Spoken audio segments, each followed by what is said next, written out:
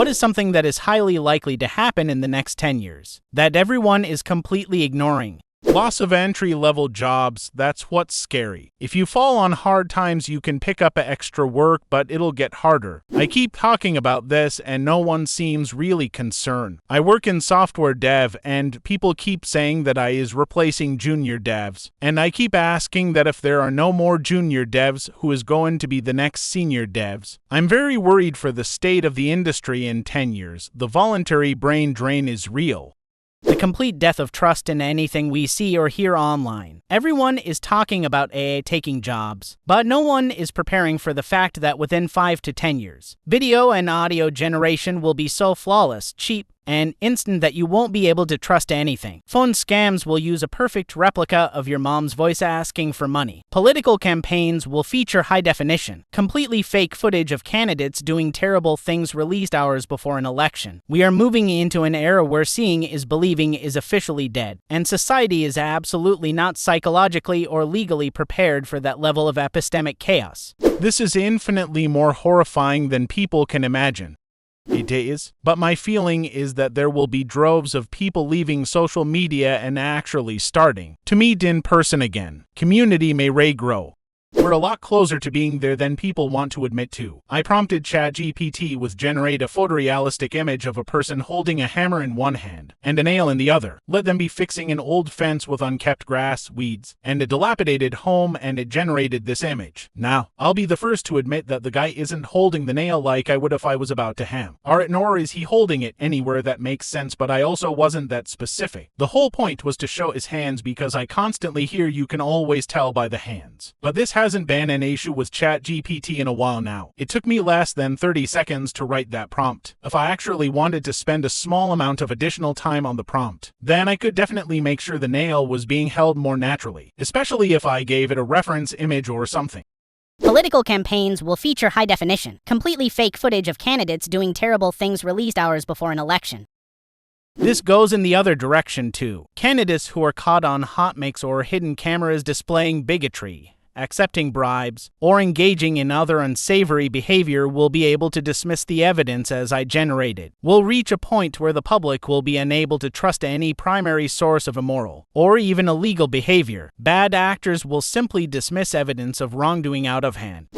Even worse, arguably much worse, the distrust will start extending backward in time. Instead of just distrusting information about the present, people will begin to distrust any information about history. Without access to pre-printed materials, any fact of history will be able to be convincingly rewritten in the blink of an eye, and no ordinary person will have the resources to sift out the truth. 1980 for significantly underestimated how malleable history is going to become.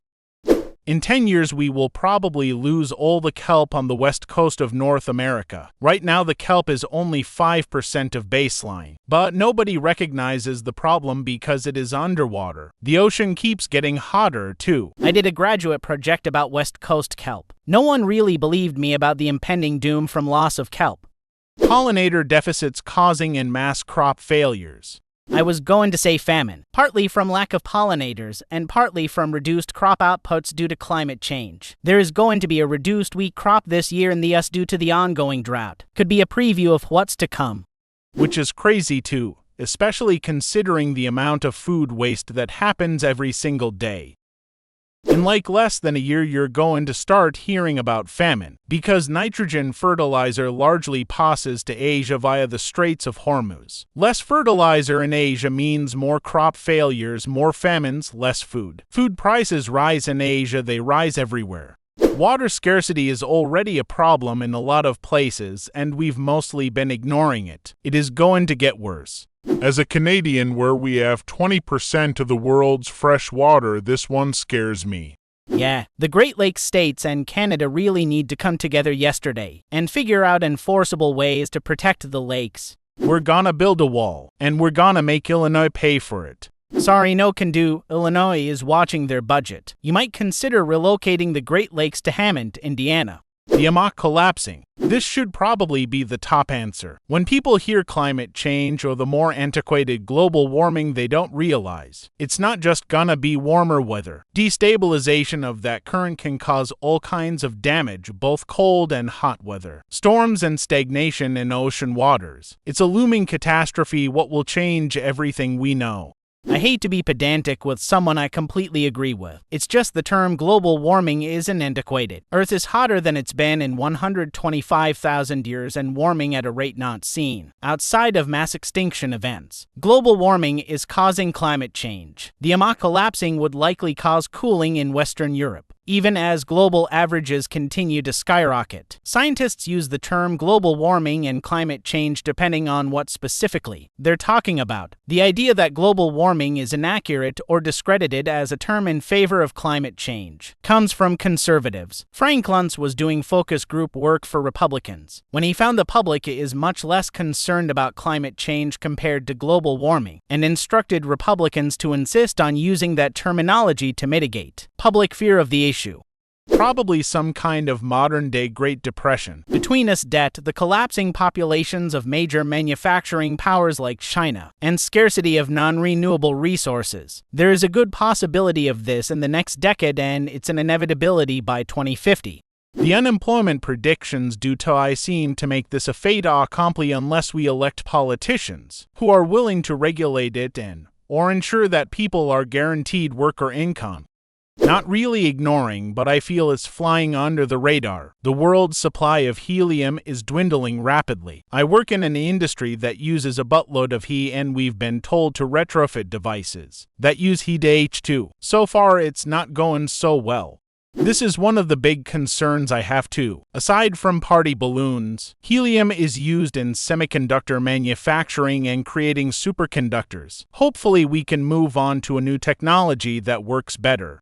The eldercare crisis. Boomers are going to start hitting their mid-80s over the next decade. That's roughly when the odds of needing significant daily assistance starts spiking. The problem is that there aren't enough caregivers and a lot of families can't afford the care that's available. The pay is shit, so home health workers are already in short supply. Nursing homes can cost 6 figures a year, and Medicare doesn't cover long-term custodial care. Over the next 10 years, millions of millennials and Gen Xers are going to find themselves choosing between becoming caregivers, quitting their jobs, or watching their parents' savings disappear.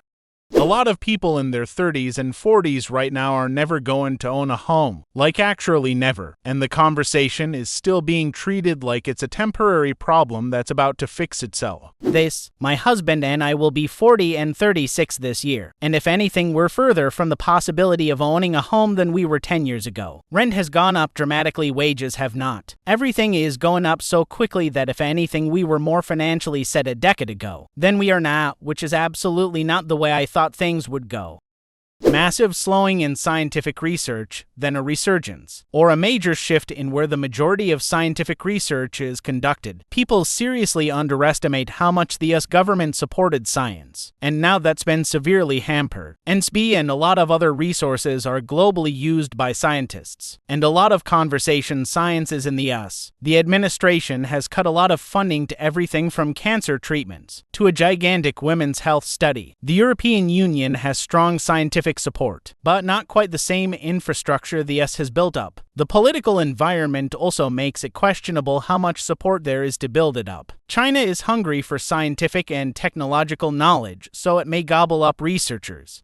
I've worked in research administration in Europe for a long time, and the current situation in the US is seen as a massive opportunity for European research to gain ground on the US. There are also efforts to become more attractive for scientists based in the US to relocate. At the moment, this mostly resonates with non-US citizen scientists living in the US though, not with American scientists. Plenty of US citizen researchers seem interested, but then when push comes to shove, they decide to stay put either because, despite their initial enthusiasm, the prospect of moving abroad is daunting or they can't make as much money in Europe as they do in the US due to salaries generally being lower and taxes being significantly higher.